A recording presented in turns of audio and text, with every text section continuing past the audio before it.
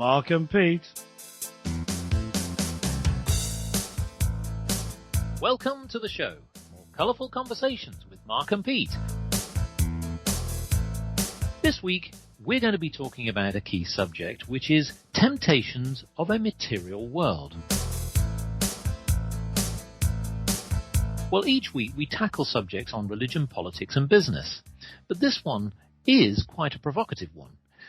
Many people typically tend to measure their success by what they possess. And in fact, materialism does tend to sort of force us into comparisons with possessions of others, whether that's that we're wealthy or whether we're poor. Is this right?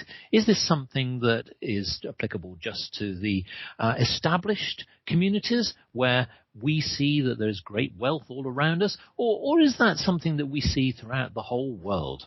Well, with me today is Clergyman Pete. So I want to sort of explore this subject, Pete. I'm going to ask you a quick question. What is the time on your Rolex watch? My new Rolex watch? Oh, sorry, I left it in the helicopter. It's time, I think, to admit to the little listener at home that I'm eaten up with avarice. Yes. Yeah, I'll just have to look up what exactly that means.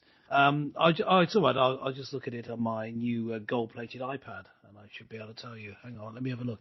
Now, well, I think that that the problem with just being concerned with material things and just being concerned with how much that you've got is you end up having lots of things but no meaning.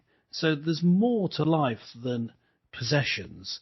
And not only that, but the possessions themselves, things that you own themselves, gain their own meaning by the purpose in your life. Like, I don't own a Rolex watch, but if I were to, be, let's say, an extremely successful businessman, and as part of being a businessman, I received a lot of money, and I bought a Rolex watch to celebrate the latest success of the company.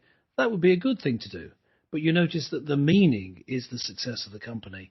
The celebration is buying the Rolex watch, not the possession itself being the great meaning in my life, just owning it. So there needs to be more than life than your possessions, but possessions, material or otherwise, are not in themselves bad. They're neutral. Yes. Well, it's interesting that, when we typically tend to think of wealth, we think of brands like a Rolex because they're seen and perceived to be almost out of reach of most people. And yet we do tend to sort of measure our success by having those iconic brands. And I just want to sort of set this scene with a poem that I've written here, which is called Temptations of a Modern Material World. Since the dawn of Adam and Eve, man has succumbed to great temptation. From the Garden of Eden they did grieve, banished to eternal damnation. Today we swipe our way through junk, browsing hours for something that's new. We are blogged, blinkered and sunk with materials we wish to pursue. In life we gain great possessions and marvel at what we can afford, then fulfill our supreme obsessions to show our earthly reward. As science has fueled lust for devices, consumed with a world too hard to grapple, it's ironic temptation and vices come from a brand called Apple. Yes. So, yeah. Oh no, does that include my gold-plated iPod? Well, you've got to ask yourself that. Look, Adam and Eve tempted by an apple, and yet here we are here in the 21st century, and yet the world seems to be dominated by devices and Apple. Yes, and including their logo with a bite being taken out of the apple. Yes, so there may be something in that. Certainly, the thing about those sort of Apple products is that they're sold because they're good. They're sold on the fact that they have good quality, but also that they look cool. So there's content, but there's also a surface level of wanting to be seen having that particular They're product. aspirational, aren't they? I mean, let's be honest, they are. And that's why a lot of people, certainly in business, just to add to this point, a lot of people will plump for an Apple, basically, because it's actually the thing to be seen with, and not just in everyday social circles. Yeah, so a big temptation of a material world is to be taken in by the image of the object of your desire, rather than that it is the object itself. You have a Rolex watch because of the name. Now, Rolex, I believe, are quite good watches, and that could be the reason for buying it. But is that the real reason? And the same could be with computers. I say, I'm sitting here looking at my Apple computer as we speak, looking at the screen. So maybe I don't have a Rolex watch, but I do have an Apple computer. So, there's the two aspects to it. Quality products, why not spend a bit of extra money and have something that's quality? But if it's simply because of image, then you've been taken in. So you've given in to the temptation of just trying to look good. Yes, I think that this is true. I think clearly if the product that you're buying or the product you desire is for functional reasons, those functional reasons are something we need in our everyday life, whether that's in business or to ensure that we can go about society in a normal way, and whether that's the clothes that you wear or the technology that you're using. But when it gets to that next level, and here's another one, I'll give you an example, that there are many examples in Europe and in America where if you're not seen with the right training shoe, footwear basically, actually it's not that you're not wearing a training shoe, it's the fact that you're not seen to be cool or aspirational or not fitting in. And that's a temptation, in the sense that a lot of youngsters, as well as people who are more mature, have to be seen to be possessing more, whether it's a training shoe or the right top or whether it's the right gadget. It's the more that you have, the one-upmanship, that actually becomes the problem. It's wanting to have a possession just for the sake of having it, or wanting to have that particular product or item of a more expensive kind when there's no need for it to be that expensive. And I think that the concepts of the 7 deadly sins, which were developed by the church to summarize some of the teachings of the Bible on sin that lead you away from God or that lead you to death, so hence deadly sins.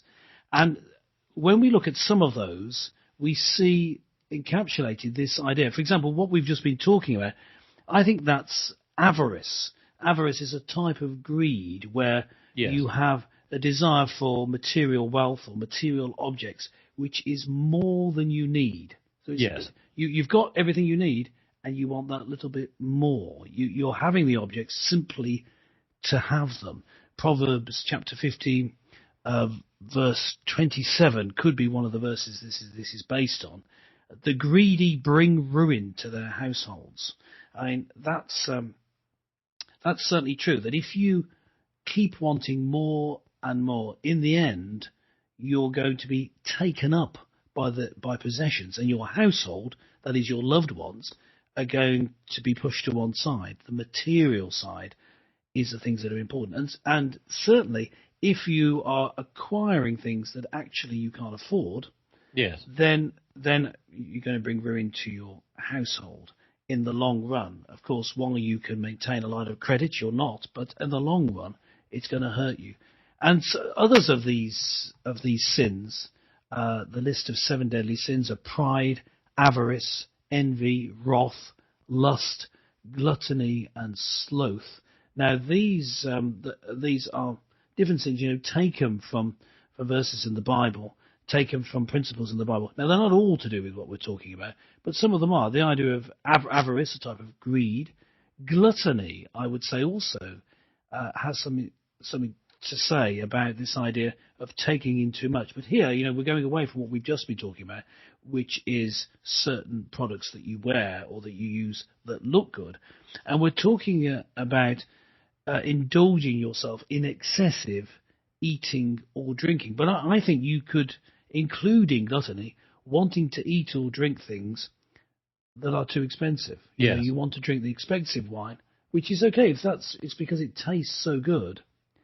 But could it be that you're having the expensive wine so that you can show people you can afford it? That's when it becomes a sin. I mean, I'm not saying that that's always the case when people do that. Certainly not. Some people really know their wine and want to buy a more expensive one. But when you're drinking wine and you're having the expensive bottle of wine in the restaurant, or whatever, just to show that you can, then you're succumbing to this temptation of the material world. But even someone who is having low quality food but eating a lot of it, eating too much, then you're being taken in by the lure of the material world, thinking that is going to satisfy you. Yes. But in the end, it isn't. In the end, it isn't. In the end, if you're having more than you need, okay, you need to eat, you need to drink, but when you're having more than you need, then you're going to end up in trouble. And there are lots of parts of the Bible which talk about the importance of having control, having self-control, and Proverbs 23 verse 21 says, "For the drunkard and the glutton shall come to poverty, Yes. and drowsiness shall close the mouth in rags." So if you laze around and drink and eat too much, well, not you particularly, Mark, I'm not thinking particularly of you, but if that's what you do, then you're going to end up having the effect that you're going to be poor because you're not going to get things done. So these deadly sins, those two that I've been talking about, avarice and gluttony, or greed and gluttony, they highlight this idea of being tempted by the material world to put too much importance on material things. Yes. To get them to satisfy you when they can't, not by themselves. Well, there's a number of proof points that actually reinforce what we're saying here. And I'm going to give a simple example. So the Guardian newspaper actually published an article which was following a journal which was entitled Motivation and Emotion. And primarily it was talking around people who became more materialistic. It was about their well-being. And this is quite an interesting statistic because it's a study that actually took 12 years. And I'll give you an example. The one study, it said the researchers tested a group of 18-year-olds. They then retested them 12 years later. They were asked to rank the importance of different goals, i.e. job, money, and status on the one side, and self-acceptance, and the sort of feeling between the belonging and the other. And what they found was quite alarming. It says on the one side, they were then given a standard diagnostic test to identify mental health problems. So remember, this was really around materialism. At the ages of both 18 and 30, materialistic people were more susceptible to disorders. They had a problem. But if in the contrast, they found that those that were less materialistic, they actually were perceived to be better, and that was and happier. That's where they didn't see that materialism was as important. So strangely enough, and I know this was only one study, this quest to have more, to drive yourself more, to put yourself under that great strain, whether that's financial, whether that's emotionally, whether that's commercially, to possess more, to own more, was actually putting enormous mental strain on people. Whereas those who went through life where it wasn't the most important thing, where they measured their life, was actually something that actually made them better in their outlook on life. So it's an interesting study, and particularly one that was done over a long period of time. Yes, that's interesting, that study done on individuals. And although, as you say, that is just one study, it does ring true, doesn't it? It has, that's the sort of effect that it would have, because just thinking about how material objects give meaning to your life, if that's what they're based on, then in the end that's not going to help you through all sorts of difficulties. You need to have more to life than what you own. Now it's interesting though, just to try and apply that to society as a whole.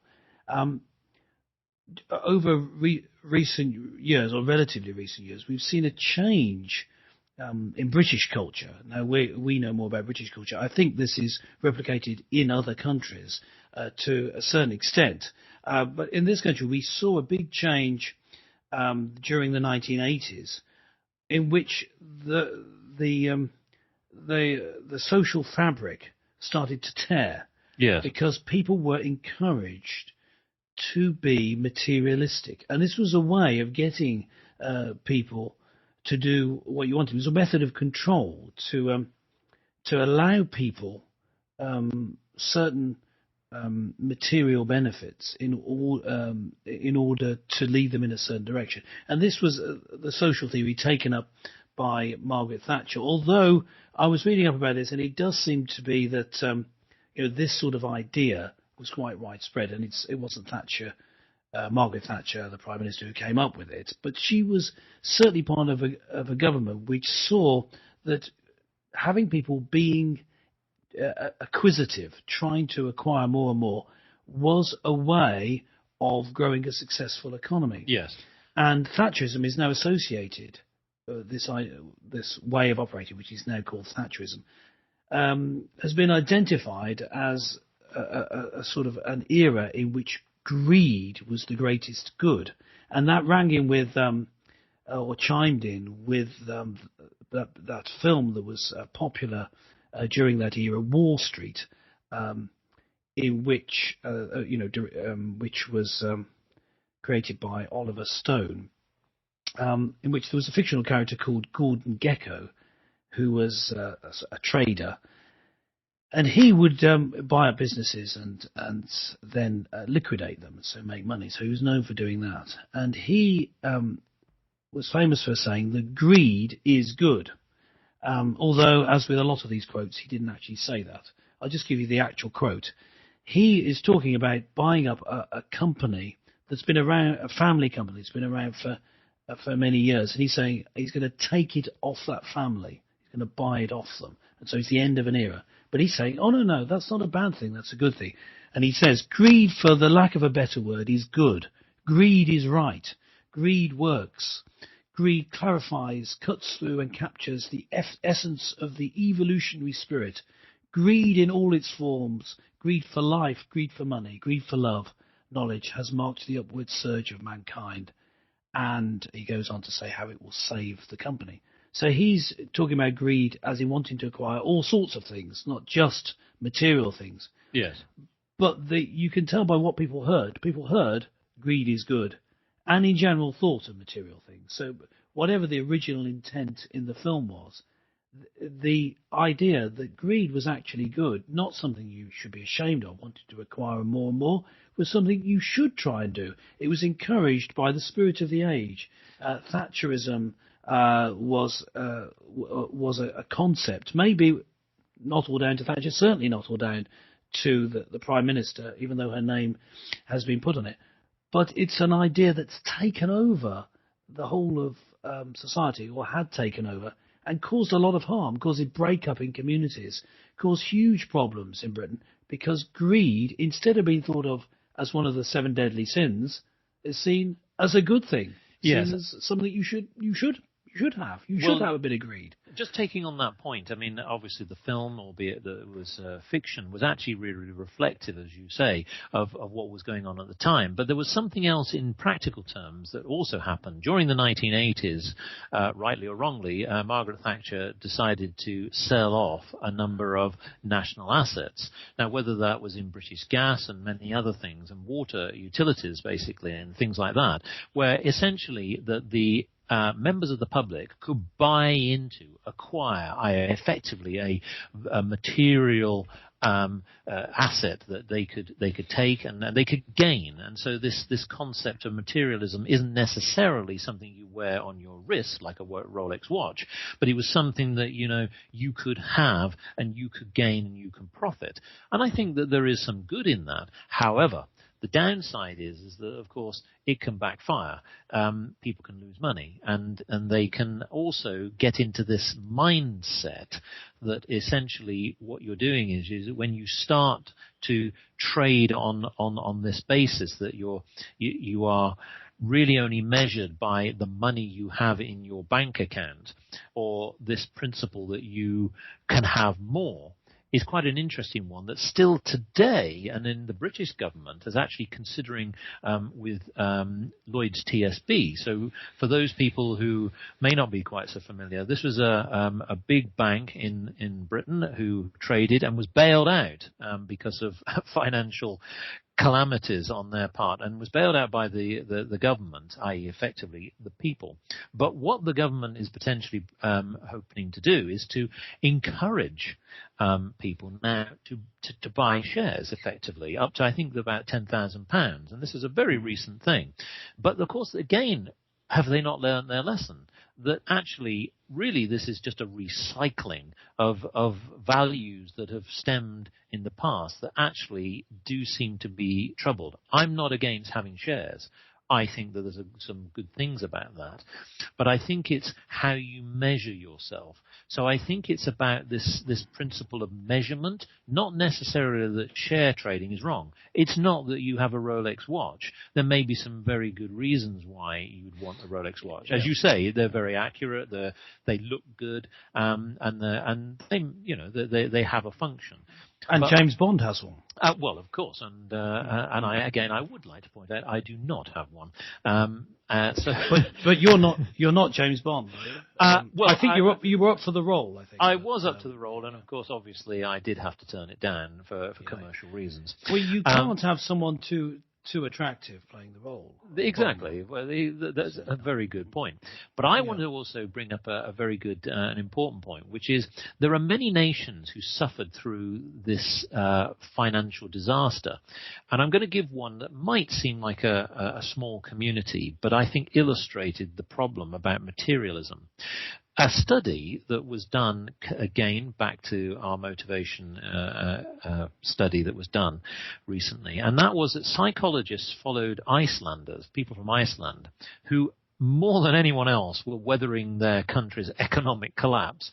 But what they found was that some people became more focused on materialism in the hope of regaining lost ground.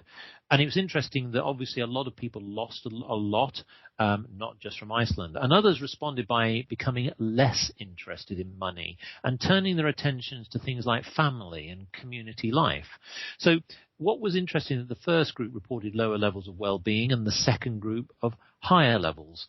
So I think it really comes down to what I would perceive is how do you really measure your material world? Is that down to possessions, or is that around family, friends, neighbours, and so on? And I think that when we talk about temptations, because there is this element, as you say, of greed, avarice, etc. What is it that really is where you should place your value? There's nothing wrong with being tempted to want to love someone, to grow your family. There are temptations that all befall us all. I mean, it happens in everyday life. But I think that it's how you turn that temptation into something positive. And that's a really hard challenge for everyone. Everybody faces challenges, but how do you turn temptation into something positive? So I'm going to ask you a question, which is throwing back the other way. We've talked about physical things, but how can we talk about emotional things in the temptations of emotion? What should somebody be looking to, and where should they be turning if they face these temptations? Well, if you're talking about the temptations of emotion, you've got the temptation to always be looking to make yourself feel good, and as well as making yourself look good. So you can acquire things to make you feel good. You can also acquire relationships that make you feel good and make you look good. In other words, you are relating to people on the basis of what you need instead of what they need. So what I would say that there's a simple answer, really, to this idea of being too materialistic, of wanting too much for yourself more than your needs. And it's a simple way of changing the way you think, because even in talking about this, for this whole episode, we've had to talk about this particular person or this particular society, their attitude. Why have they got greed?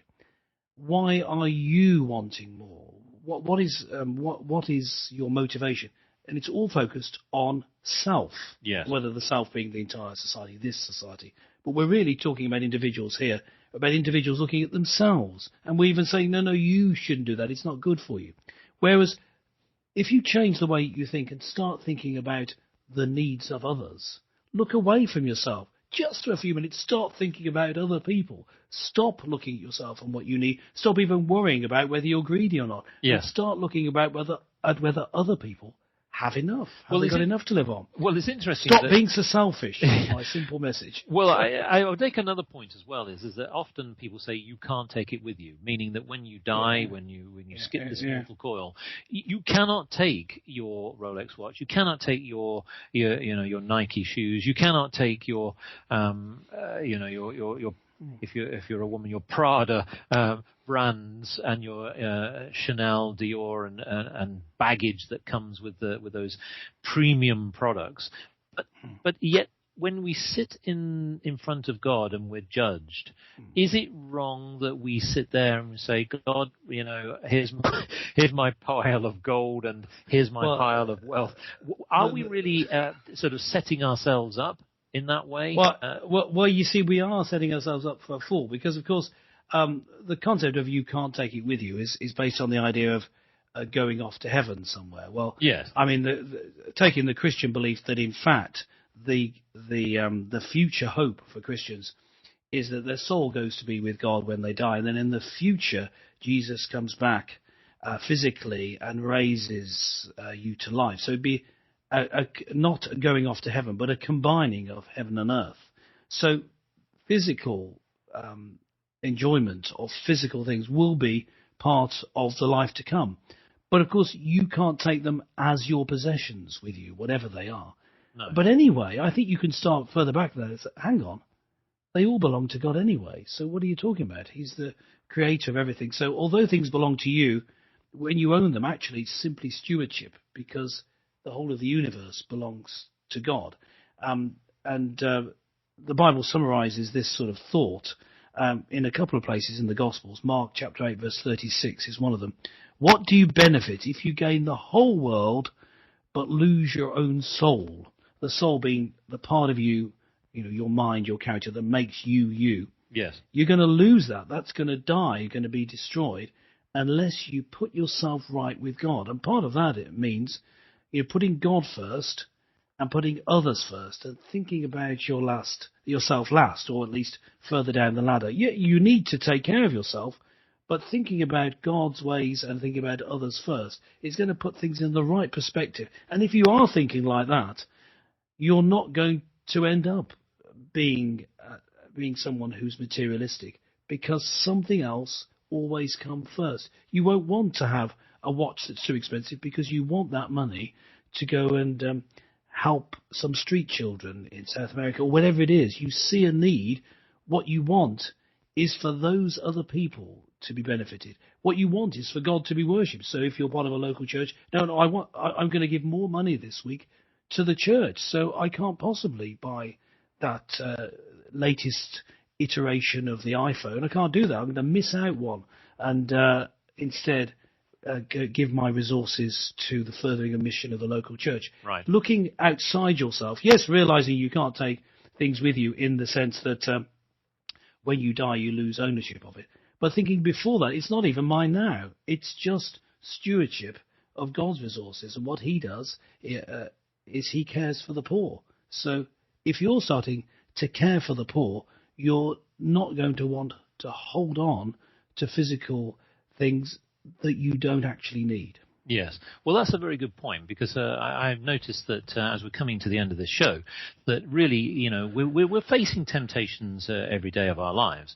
And so you're right. I mean, think again, when the next time that, listener, that you purchase your next goods. I mean, in my particular case, I have to nip off now because my Lamborghini is waiting and my Sunseeker yacht is on the coast. So in that particular case, I don't know, Peter's jet is also waiting to take him home. Yeah, sure, yes. Yeah. But more and more seriously, I think that the key here is whether you do have an Apple, enjoy it. I mean, let's be honest. They are highly tuned technical products. They serve a purpose, and nobody's saying that you shouldn't have one.